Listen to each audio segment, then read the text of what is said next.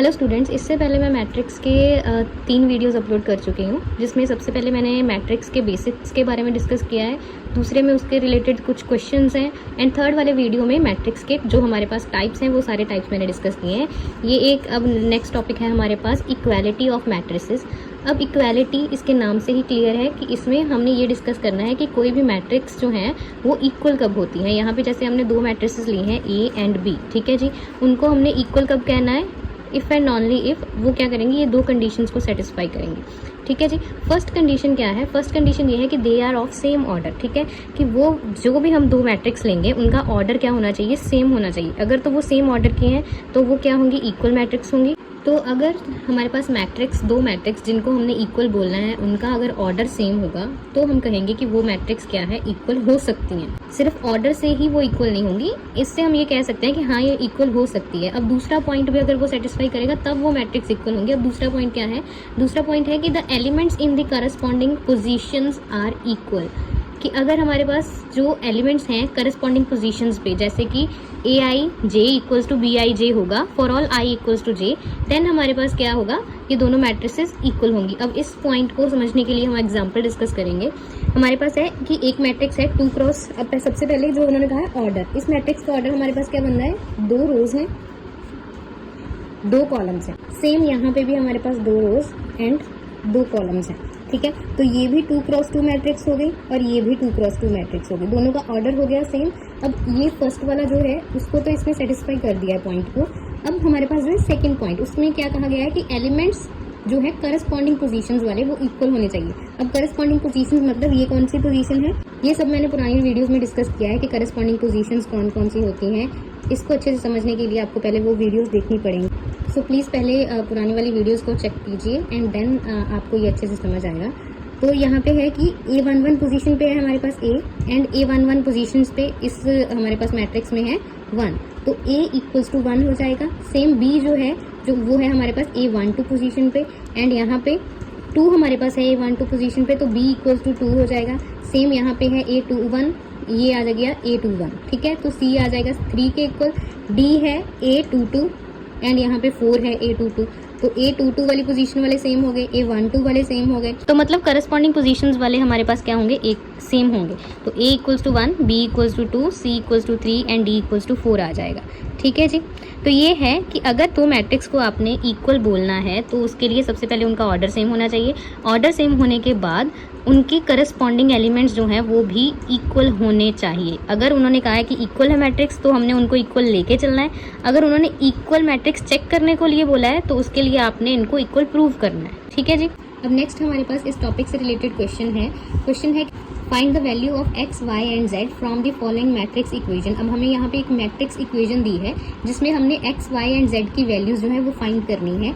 तो वो कैसे करेंगे, अब हमें यहाँ पे गिवन क्या है, गिवन ये है कि दोनों मैट्रिक्स क्या है, इक्वल दी हुई है, ठीक है, इक्वल है। दैट मीन्स एक तो उनका ऑर्डर सेम होगा, 2 कंडीशंस थे इक्वल के लिए, एक तो ऑर्डर सेम होगा, तो वो तो हमें दिख ही रहा है कि इसका भी 2 क्रॉस 2 है और इसका भी 2 क्रॉस 2 है, तो दैट मीन्स दोनों मैट्रिक्स का ऑर्डर हमारे पास क्या हो गया, सेम हो गया, ठीक है, वो तो होगा ही इक्वल मैट्रिक्स में। अब दूसरी चीज़, दूसरा पॉइंट क्या है कि करस्पॉन्डिंग एलिमेंट्स जो है वो सेम होंगे। तो यहाँ पे सोल्यूशन में आप सबसे पहले लिखेंगे, अब जैसा कि हमें ये दोनों मैट्रिक्स क्या दी हुई हैं, इक्वल दी हुई हैं, ठीक है जी, तो इक्वल है, दैट मीन्स हमें क्या पता है कि as we know the corresponding elements of 2 equal matrices are same, ठीक है, तो करस्पॉन्डिंग एलिमेंट्स इसके क्या होंगे, सेम होंगे। तो उसके लिए हमारे पास जो A11 पोजीशन पे यहाँ पे है 4 एंड यहाँ पे A11 पोजीशन पे है y, तो y इक्वल्स टू 4 आ जाएगा। सेम अब हम अगर देखेंगे 3 कौन सी पोजीशन पे है, ये 1, 2 पोजीशन पे। अब यहाँ इस मैट्रिक्स में 1, 2 पोजीशन पे कौन सा एलिमेंट है, z, दैट मीन्स z हमारे पास किसके इक्वल आ जाएगा, 3 के। अब उसने और क्या बोला है, x फाइंड करने को बोला है। x कौन सी पोजीशन पे है, x हमारे पास है A21 पोजीशन पे और यहाँ पे A21 पोजीशन पे है 1, दैट मीन्स हमारे पास x की वैल्यू क्या आ जाएगी, 1 आ जाएगी। बस ये 3 चीज़ें ही अपने फाइंड करनी थी। अब देखिए जो लास्ट वाला है ये 2, 2 पोजीशन वाला 5, 5, ये दोनों ऑलरेडी इक्वल ही हैं, ठीक है जी। तो हमने ये 3 फाइंड करने थे, ये तीनों हमने इसकी हेल्प से फाइंड कर लिए। नेक्स्ट हमारे पास सिमिलरली इक्वल मैट्रिक्स का ही एक क्वेश्चन है, लेकिन ये क्वेश्चन थोड़ा सा डिफरेंट है। जैसे जो लास्ट हमने क्वेश्चन किया है उसमें क्या था, हमारे पास मैट्रिक्स के जो एलिमेंट्स थे वो एक एलिमेंट था, ठीक है। लेकिन यहाँ पे जो है, यहाँ पे मैट्रिक्स के जो एलिमेंट्स हैं वो हमें इक्वेशन की फॉर्म में, एक मैट्रिक्स के एलिमेंट इक्वेशन की फॉर्म में दिए हैं, एक मैट्रिक्स के एलिमेंट्स जो हैं वो सिंगल सिंगल एलिमेंट्स नंबर्स हैं हमारे पास। ठीक है, तो इसके लिए अगेन उन्होंने कहा है ए बी सी और डी की वैल्यूज़ आपने फाइंड करनी है फ्रॉम द इक्वेशन। इक्वेशन कौन सी है? ये वाली, कि एक साइड ये वाली मैट्रिक्स जो है ये दूसरी वाली मैट्रिक्स के इक्वल दी हुई है हमें। ठीक है, तो इसके लिए सेम चीज़ आप जो हमने पिछले क्वेश्चन में लिखी थी वो लिखेंगे।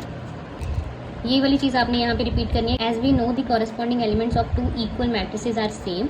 तो अगर हमें ये पता है, तो हमें पता है कि मैट्रिक्स के जो एलिमेंट्स होते हैं, जो इक्वल मैट्रिक्स होती है, उनके जो एलिमेंट्स होते हैं वो क्या होते हैं? सेम होते हैं। तो इसलिए ये क्या हो जाएगा? a minus B equals to -1 होगा। 2a plus C equals to 5 हो जाएगा। a11 वाला a11 के इक्वल, a12 वाला a12 के इक्वल। ठीक है जी। 2a minus B equals to 0 आएगा। एंड जो फोर्थ बचा था 3c, ये 3c प्लस b, ये हमारे पास, अब ये हमारे पास जो 4 इक्वेशंस बनी हैं। ठीक है जी। अब इन 4 इक्वेशंस को हम सॉल्व करने के लिए यहाँ पे क्या आ जाएगा? 2a की वैल्यू हमारे पास डायरेक्टली आ जाएगी b, और यहाँ से जब a की वैल्यू फाइंड करेंगे तो वो आ जाएगी b/2। ठीक है, अब a हमारे पास इस इक्वेशन में है और इसमें है, लेकिन b की फॉर्म में है इसमें, इसलिए हम a की वैल्यू यहाँ पे सब्स्टिट्यूट करेंगे। तो यहाँ पे क्या आ जाएगा? a की वैल्यू यहाँ पे जब हम सब्स्टिट्यूट करेंगे तो वो आ जाएगा b/2 माइनस b, और इसको एलसीएम लेंगे। अब यहाँ पे जो है माइनस माइनस के साथ कट होके यहाँ पे b की वैल्यू आ जाएगी 2। ठीक है जी। अब यहाँ से ये दोनों इक्वेशन से हमारे पास दो वैल्यूज़ हमें, अब ये b की वैल्यू हम यहाँ पे सब्स्टिट्यूट करेंगे इक्वेशन नंबर 1 से, जो हमारी इक्वेशन निकली थी। तो a की वैल्यू थी b/2, देयरफॉर यहाँ पे b की वैल्यू 2 आ गई, तो a की वैल्यू आ जाएगी 1। a की वैल्यू आ गई हमारे पास 1। नेक्स्ट, अब यहाँ पे c और d बचे हैं जो हमने फाइंड करने हैं। अब a की वैल्यू यहाँ पे हमें पता है कि a की वैल्यू 1 आ चुकी है, तो इसको हम सब्स्टिट्यूट करेंगे यहाँ पे। तो यहाँ से हमारे पास क्या आ जाएगी? c की वैल्यू आ जाएगी। तो 2 × 1 प्लस c इक्वल्स टू 5, तो c की वैल्यू आ गई 5 माइनस 2। यहाँ पे c की वैल्यू हमारे पास 3 आ जाएगी। अब ये लास्ट इक्वेशन बची है जहाँ पे c और d है, तो इस इक्वेशन में हम जब ये c की वैल्यू पुट करेंगे तो d की वैल्यू आ जाएगी। सो यहाँ पे आ जाएगा 3 × 3 plus d equals to 13 and 9 plus d, तो d की वैल्यू यहाँ पे आ जाएगी 4। तो इस तरीके से आपको a, b और c, d की ये वैल्यूज़ जो है फाइंड करनी है। तो यहाँ पे हम लास्ट में लिख देंगे a equals to 1, b equals to 2, c 3 and d 4। तो यही